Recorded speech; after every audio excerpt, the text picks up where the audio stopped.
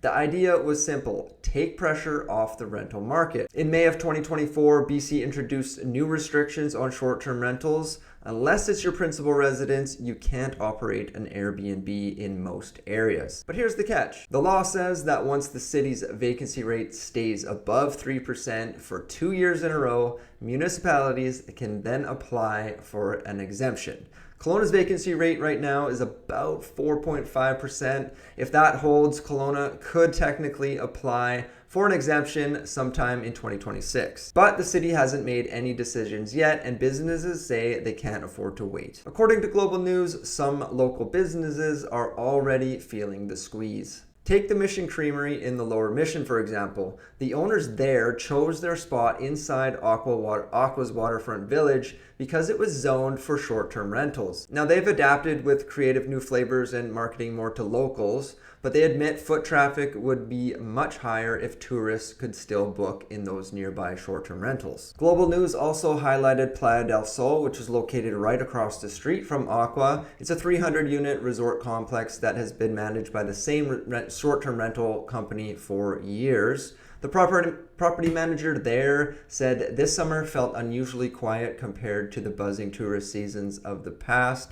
She said that many tourists were frustrated. They simply couldn't find places to stay in Kelowna, and some even said they'll go elsewhere until the restrictions are changed. Now, to be fair, these rules were created with good intentions to make housing more available and affordable for people who live here in Kelowna, but the legislation doesn't account for purpose-built vacation complexes like Playa del Sol, Aqua, and other ones located downtown. These were always intended for short-term stays, and now businesses near those complexes feel like they're collateral damage in the battle for housing. So what's next here? Kelowna will get updated tourism numbers later this fall that could influence whether the city seeks an exemption in 2026. If Kelowna applies, some purpose-built short-term rentals could reopen. That would bring tourists back in large numbers and help local businesses again. If not, many of these companies may be forced to shift away from tourism and rely on locals. The bigger challenge here is finding a balance between supporting affordable housing and protecting a tourism-driven economy like here in Kelowna. Now, overall, personally, I don't think we can fully blame the short-term rental restrictions for a couple of slow years here in Kelowna.